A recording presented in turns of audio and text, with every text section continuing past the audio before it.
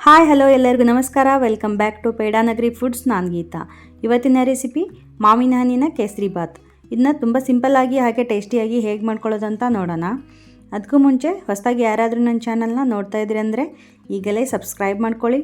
ಹಾಗೆ ಪಕ್ಕದಲ್ಲಿರೋ bell button ಕೂಡ ಕ್ಲಿಕ್ ಮಾಡಿ ಹೊಸದಾಗಿ ಬರೋ ವಿಡಿಯೋ ನೋಟಿಫಿಕೇಷನ್ಗೋಸ್ಕರ. ಹಾಗೆ ವಿಡಿಯೋ ಇಷ್ಟವಾಗಿದ್ದರೆ ಒಂದು ಲೈಕ್ ಮಾಡಿ, ಶೇರ್ ಮಾಡಿ, ಕಮೆಂಟ್ಸ್ ಮಾಡಿ. ಸೊ ಬನ್ನಿ ಹಾಗಿದ್ರೆ ಇವತ್ತಿನ ರೆಸಿಪಿ. ಈ ಸೀಸನ್ನಲ್ಲಿ ಮಾಡ್ಕೊಳ್ಳೇಬೇಕಾದಂಥ ಬಾಯಲ್ಲಿಟ್ಟರೆ ಹಾಗೆ ಬೆಣ್ಣೆ ಥರ ಕರಗೋಗಬೇಕು ಮಾವಿನ ಹಣ್ಣಿನ ಕೇಸರಿ ಬಾತ್ ಹೇಗೆ ಮಾಡ್ಕೊಳ್ಳೋದಂತ ನೋಡ್ಕೊಳ್ಳೋಣ. ನಾನಿಲ್ಲಿ ಮಾವಿನ ಹಣ್ಣನ್ನು, ಸ್ವೀಟಾಗಿರೋ ಮಾವಿನ ಹಣ್ಣಿನ ಒಂದು ಗ್ಲಾಸಿನಷ್ಟು ಇಲ್ಲಿ ಪಲ್ಪನ್ನೆಲ್ಲ ತೆಕ್ಕೊಂಡು ಇಟ್ಕೊಂಡಿದ್ದೀನಿ. ಇದನ್ನು ಮಿಕ್ಸಿಗೆ ಹಾಕಿ, ನೀರನ್ನೇನು ಸೇರ್ಸೋಕ್ಕೆ ಹೋಗಬೇಡಿ. ನೀರನ್ನು ಸೇರಿಸ್ದೇ ಈ ಥರ ನೈಸಾಗಿ ಪ್ಯೂರಿ ಮಾಡ್ಕೋಬೇಕು. ಸೊ ಇವಾಗ ಗ್ಯಾಸ್ ಸ್ಟವ್ ಮೇಲೆ ಒಂದು ಪಾತ್ರೆ ಇಟ್ಕೊಂಡು ಅದಕ್ಕೆ 4 ಟೇಬಲ್ ಸ್ಪೂನಷ್ಟು ಎಣ್ಣೆ ಮತ್ತು ತುಪ್ಪನ ಬಿಸಿ ಮಾಡಿ ಇಟ್ಕೊಂಡಿದ್ದೆ ನಾನು. ಸೊ ಅದನ್ನು ಹಾಕ್ತಾಯಿದ್ದೀನಿ. ಎಣ್ಣೆ ತುಪ್ಪ ಬಿಸಿ ಆದಮೇಲೆ ಗೋಡಂಬಿ ಒಂದು 2 ಟೇಬಲ್ ಸ್ಪೂನಷ್ಟು, 1 ಟೇಬಲ್ ಸ್ಪೂನಷ್ಟು ದ್ರಾಕ್ಷಿ ಹಾಕಿಬಿಟ್ಟು ಇದನ್ನು ಗೋಲ್ಡನ್ ಬ್ರೌನ್ ಆಗುವಷ್ಟು ಫ್ರೈ ಮಾಡ್ಕೋಬೇಕಾಗತ್ತೆ. ನೀವು ಬೇಕಿದ್ದರೆ ಎಣ್ಣೆ ಬೇಡ ಅನ್ನೋರು ತುಪ್ಪ ಅಷ್ಟೇನೂ ಹಾಕ್ಕೊಂಡು ಮಾಡ್ಕೋಬೋದು. ಅದೆಲ್ಲ ಚೆನ್ನಾಗಿ ಫ್ರೈ ಆದಮೇಲೆ ನಾನಿಲ್ಲಿ 1 ಗ್ಲಾಸ್ನಷ್ಟು ಬಾಂಬೆ ರವಾನ ಹಾಕ್ಕೊಂಡು ಫ್ರೈ ಮಾಡ್ಕೊಳ್ತಾ ಇದ್ದೀನಿ. ನೀವು ಯಾವುದಾದ್ರೂ ಒಂದು ಮೆಜರ್ಮೆಂಟು ಗ್ಲಾಸ್ ತೊಗೊಂಡು 1 ಗ್ಲಾಸ್ನಷ್ಟು ಎಲ್ಲನೂ ಮೆಜರ್ಮೆಂಟ್ ತೊಗೊಳ್ಬೇಕಾಗತ್ತೆ. ಅದಕ್ಕೇ ನಾನು ಇಲ್ಲಿ 2 ಲವಂಗನ ಹಾಕ್ಕೊಂಡು ಫ್ರೈ ಮಾಡ್ಕೊಳ್ತಾ ಇದ್ದೀನಿ. ಹಾಗೆ ಇದಕ್ಕೆ ಮಾವಿನ ಹಣ್ಣನ್ನು ತುಂಬ ಸ್ವೀಟಾಗಿರುವಂಥ ಆರೆಂಜ್ ಕಲರ್ ಬರುವಂಥ ಮಾವಿನ ಹಣ್ಣನ್ನು ತೊಗೊಳ್ಳಿ, ತುಂಬಾ ಕಲರ್ ಚೆನ್ನಾಗಿ ಬರುತ್ತೆ. ಸೊ ರವೆ ಈ ಥರ ಘಮ ಬರೋ ಥರ ಹುಡ್ಕೋಬೇಕಾಗತ್ತೆ. ಇಲ್ಲಿ ತೋರಿಸ್ತಾ ಇದ್ದೀನಿ ನೋಡಿ, ಈ ಥರ ಸ್ವಲ್ಪ ವೈಟ್ ಆಗುತ್ತೆ ರವೆ, ಆವಾಗ ಗೊತ್ತಾಗುತ್ತೆ. ಇಷ್ಟಾದರೆ ಸಾಕು. ಇವಾಗ ನಾನು ಅದಕ್ಕೆ 2.5 ಕಪ್ನಷ್ಟು ಬಾಯ್ಲಿಂಗ್ ವಾಟರ್ ಹಾಕ್ತಾಯಿದ್ದೀನಿ. ಕುದಿಯುತ್ತಿರೋ ನೀರನ್ನು ಹಾಕಿದರೆ ಇದು ತುಂಬ ಚೆನ್ನಾಗಿ ಬೆಂದು ಬಿಡುತ್ತೆ ಬೇಗನೆ. 1 ಗ್ಲಾಸ್ನಷ್ಟು ರವೆಗೆ ನೀವು 2.5 ಗ್ಲಾಸ್ನಷ್ಟು ಕುದಿಯುತ್ತಿರೋ ನೀರು ಹಾಕಿದರೆ ಸಾಕು. ಪರ್ಫೆಕ್ಟ್ ಕನ್ಸಿಸ್ಟೆನ್ಸಿ ಬರುತ್ತೆ ಮಾವಿನ ಹಣ್ಣಿನ ಕೇಸರಿ ಬಾತ್ ಮಾಡಿದಾಗ. ಸೊ ಇದನ್ನೆಲ್ಲ ಹಾಕೊಂಡ್ಬಿಟ್ಟು ಒಂದು 2 ನಿಮಿಷ ಇದನ್ನು ಲೋ ಫ್ಲೇಮಲ್ಲಿ ಇದೇ ಥರ ಮಿಕ್ಸ್ ಮಾಡ್ಕೋಬೇಕು. ರವೆ ಹೇಗೆ ಬೆಂದಿದೆ ಅಂತ ಚೆಕ್ ಮಾಡ್ಕೋಬೇಕಂದ್ರೆ ಗೊತ್ತಾಗುತ್ತೆ ನಿಮಗೆ. ನೋಡ್ತಾ ಇರ್ಬೋದು ನೀವು ಇಲ್ಲಿ ಪಾತ್ರೆ ತಳ ಸಹಿತ ಬಿಡ್ತಾ ಇದೆ. ರವೆ ಮತ್ತು ನೀರನ್ನು ಹಾಕಿ ಬೇಯಿಸಿದಾಗ ನೋಡಿ ಈ ಥರ ತಳ ಬಿಡ್ತಾ ಇರುತ್ತೆ. ಸೊ ಆವಾಗ ರವೆ ಬೆಂದಿದೆ ಅಂತ ಅರ್ಥ. ಈಗ ಪರ್ಫೆಕ್ಟಾಗಿ ರವೆ ಎಲ್ಲ ಕುಕ್ ಆಗಿದೆ. ಇವಾಗ ಅದಕ್ಕೆ 3/4 ಗ್ಲಾಸ್ನಷ್ಟು ನಾನು ಸಕ್ಕರೆ ಹಾಕ್ಕೊಳ್ತಾ ಇದ್ದೀನಿ.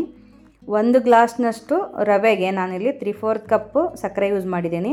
ನಿಮಗೆ ಇನ್ನೂ ಸಿಹಿ ಜಾಸ್ತಿ ಬೇಕಂದರೆ 1 ಗ್ಲಾಸನ್ನು ಹಾಕೋಬೋದು. ಏನಕ್ಕಂತಂದರೆ ಇನ್ನೂ ಸ್ವೀಟ್ ಆಗುತ್ತೆ ಇದು. ನಾನು ಮಾವಿನ ಹಣ್ಣನ್ನು ಹಾಕ್ಕೊಳ್ತಾ ಇದ್ದೀವಲ್ವ, ಮಾವಿನ ಹಣ್ಣು ಸ್ವೀಟ್ ಆಗಿರೋದ್ರಿಂದ ಇದು ಸ್ವೀಟ್ ಪರ್ಫೆಕ್ಟ್ ಆಗಿರುತ್ತೆ 3/4 ಹಾಕ್ಕೊಂಡಾಗ. ಇಲ್ಲಿ ನಾವು ಇನ್ನೂ ಸ್ವೀಟು ಎನ್ಹ್ಯಾನ್ಸ್ ಮಾಡಲಿಕ್ಕೋಸ್ಕರ ಒಂದು ಪಿಂಚ್ನಷ್ಟು ಉಪ್ಪು ಹಾಕ್ಕೊಳ್ತಾ ಇದ್ದೀನಿ. ಸೊ ಉಪ್ಪು ಹಾಕ್ಕೊಳ್ಳೋದ್ರಿಂದ ಒಂದು ಚಿಟಿಕೆ ಅಷ್ಟು ಮಾವಿನ ಹಣ್ಣಿನ ಕೇಸರಿ ಬಾತು ಇನ್ನೂ ಟೇಸ್ಟಿಯಾಗಿ ಬರುತ್ತೆ. ಇದಕ್ಕೆ ಇವಾಗ ನಾವೇನು ಮತ್ತೆ ತುಪ್ಪ ಮತ್ತು ಆಯಿಲ್ ಬಿಸಿ ಮಾಡಿ ಇಟ್ಟಿದ್ವಲ್ಲ, ಅದನ್ನೇ ಮತ್ತೆ ಒಂದು 2 ಸ್ಪೂನ್ ಹಾಕ್ಕೊಂಡು ಇವಾಗ ಈ ಥರ ಮಿಕ್ಸ್ ಮಾಡ್ಕೋಬೇಕು. ಸೊ ಇದೇ ಥರ ತುಪ್ಪ ಮತ್ತು ಆಯಿಲನ್ನು ಹಾಕ್ಕೊಂಡ್ಬಿಟ್ಟು ಮಿಕ್ಸ್ ಮಾಡ್ಕೋಬೇಕಾಗತ್ತೆ. ಮತ್ತು ನಾನು ಮತ್ತೊಂದು ಟೀ ಸ್ಪೂನು ಮತ್ತು ತುಪ್ಪದ ಮಿಕ್ಸರ್ ಹಾಕ್ಕೊಂಡ್ಬಿಟ್ಟು ಮಿಕ್ಸ್ ಮಾಡ್ಕೊಳ್ತಾ ಇದ್ದೀನಿ. ಮಾವಿನ ಹಣ್ಣಿನ ಸೀಸನ್ ಮುಗಿಯೋಷ್ಟರಲ್ಲಿ ಒಂದ್ಸಲ ಟ್ರೈ ಮಾಡಿದ್ನ, ತುಂಬಾ ಸಖತ್ತಾಗಿರುತ್ತೆ. ಇವಾಗ ನಾವೇನು ಮ್ಯಾಂಗೋ ಪ್ಯೂರಿ ಮಾಡಿ ಇಟ್ಕೊಂಡಿದ್ವಲ್ಲ ಅದನ್ನು ಹಾಕ್ಕೊಳ್ಳೋಣ. ಇದನ್ನು ನಾವು 1 ಗ್ಲಾಸ್ ರವೆಯನ್ನು ತೊಗೊಂಡಿದ್ದೀವಲ್ಲ, 1 ಗ್ಲಾಸ್ನಷ್ಟು ಪ್ಯೂರಿ ತೊಗೋಬೇಕಾಗತ್ತೆ. ಪರ್ಫೆಕ್ಟ್ ಮೆಜರ್ಮೆಂಟು ಹೇಳ್ಕೊಡ್ತಾ ಇದ್ದೀನಿ, ಎಲ್ಲಿನೂ ಸ್ಕಿಪ್ ಮಾಡೋಕ್ಕೆ ಹೋಗಬೇಡಿ ವಿಡಿಯೋ ನೋಡಬೇಕಾದ್ರೆ. ಸೊ ಇದನ್ನು ಪ್ಯೂರಿ ಹಾಕ್ಕೊಂಡ್ಬಿಟ್ಟು ಈ ಥರ ಚೆನ್ನಾಗಿ ಮಿಕ್ಸ್ ಮಾಡಬೇಕು. ನಾನಿಲ್ಲಿ ಮಲ್ಲಿಕಾ ಮ್ಯಾಂಗೋನ ಯೂಸ್ ಮಾಡಿದ್ದೀನಿ, ತುಂಬ ಸ್ವೀಟ್ ಆಗಿರುತ್ತೆ, ಹಾಗೆ ಕಲರು ಚೆನ್ನಾಗಿ ಬರುತ್ತೆ. ಇವಾಗ ಮತ್ತೆ 1 ಟೇಬಲ್ ಸ್ಪೂನಷ್ಟು ತುಪ್ಪ ಮತ್ತು ಆಯಿಲ್ ಮಿಕ್ಸರ್ ಹಾಕ್ಕೊಳ್ತಾ ಇದ್ದೀನಿ. ಸೊ ಈ ಥರ ಹಾಕ್ಬಿಟ್ಟು ಇದನ್ನು ಚೆನ್ನಾಗಿ ಮಿಕ್ಸ್ ಮಾಡ್ಕೋಬೇಕು. ಇವಾಗ ಇದಕ್ಕೆ 1 ಟೀ ಸ್ಪೂನಷ್ಟು ಏಲಕ್ಕಿ ಪುಡಿ ಹಾಕ್ಕೊಳ್ತಾ ಇದ್ದೀನಿ. ಇವಾಗ ಇದನ್ನ ಇನ್ನೊಂದು ಸಲ ಚೆನ್ನಾಗಿ ಮಿಕ್ಸ್ ಮಾಡ್ಕೊಳ್ಳೋಣ. ನೋಡ್ತಿರ್ಬೋದು ನೀವು ಇಲ್ಲಿ ಆಯಿಲ್ ಆಲ್ರೆಡಿ ರಿಲೀಸ್ ಆಗ್ತಾ ಇದೆ. ಇವಾಗ ನಾನು ಮತ್ತೊಂದು ಟೀ ಸ್ಪೂನಷ್ಟು ತುಪ್ಪ ಮತ್ತು ಆಯಿಲ್ ಮಿಕ್ಸರ್ ಹಾಕಿಬಿಟ್ಟು ಇದನ್ನು ಲಿಡ್ ಮುಚ್ಚಿಬಿಟ್ಟು 2 ರಿಂದ 3 ನಿಮಿಷ ಕುಕ್ ಮಾಡ್ಕೊಳ್ತೀನಿ. ಸೊ ಇವಾಗ 2 ರಿಂದ 3 ನಿಮಿಷ ಆಗಿದೆ. ನೋಡ್ತಿರ್ಬೋದು ನೀವು ಇಲ್ಲಿ ಎಲ್ಲ ಆಯಿಲು ತುಪ್ಪ ಹೇಗೆ ರಿಲೀಸ್ ಆಗಿದೆ ಅಂತ ಹೇಳ್ಬಿಟ್ಟು. ನಾನಿವಾಗ ಸ್ವಿಚ್ ಆಫ್ ಮಾಡ್ಕೊಂಡಿದ್ದೀನಿ ಫ್ಲೇಮ್ನ. ಈ ಥರ ಆಯಿಲೆಲ್ಲ ರಿಲೀಸ್ ಆಗಿರಬೇಕು. ತಳ ಎಲ್ಲ ಬಿಟ್ಕೊಂಡು ಬರ್ತಾ ಇರುತ್ತೆ. ಆಮೇಲೆ ಸ್ಪೂನ್ಗೆ ಸ್ವಲ್ಪನೂ ಕೇಸರಿ ಬಾತ್ ಹತ್ತಲ್ಲ, ಆವಾಗ ಪರ್ಫೆಕ್ಟಾಗಿ ಕುಕ್ ಆಗಿದೆ ಅಂತ ಅರ್ಥ. ಇವಾಗ ಒಂದು ಪ್ಲೇಟಿಗೆ ಬಾಯಲ್ಲಿಟ್ಟರೆ ಕರಗೋಗುವಂಥ ಮಾವಿನ ಹಣ್ಣಿನ ಕೇಸರಿ ಬಾತ್ನ ಸರ್ವ್ ಮಾಡೋಣ. ಸೊ ನೋಡಿದ್ರಲ್ಲ, ಸಖತ್ ಟೇಸ್ಟಿಯಾಗಿ ಹಾಗೆ ಅಷ್ಟೇ ಸಿಂಪಲ್ಲಾಗಿ ಮಾಡ್ಕೊಳ್ಳೋ ಅಂಥ ಮಾವಿನ ಹಣ್ಣಿನ ಕೇಸರಿ ಬಾತ್ ರೆಡಿ ಆಗೋಯ್ತು. ತುಂಬ ಸಿಂಪಲ್ಲಾಗಿ ಮಾಡ್ಕೊಳ್ಳೋವಂಥದ್ದು ತುಂಬಾ ರುಚಿಯಾಗಿರುತ್ತೆ.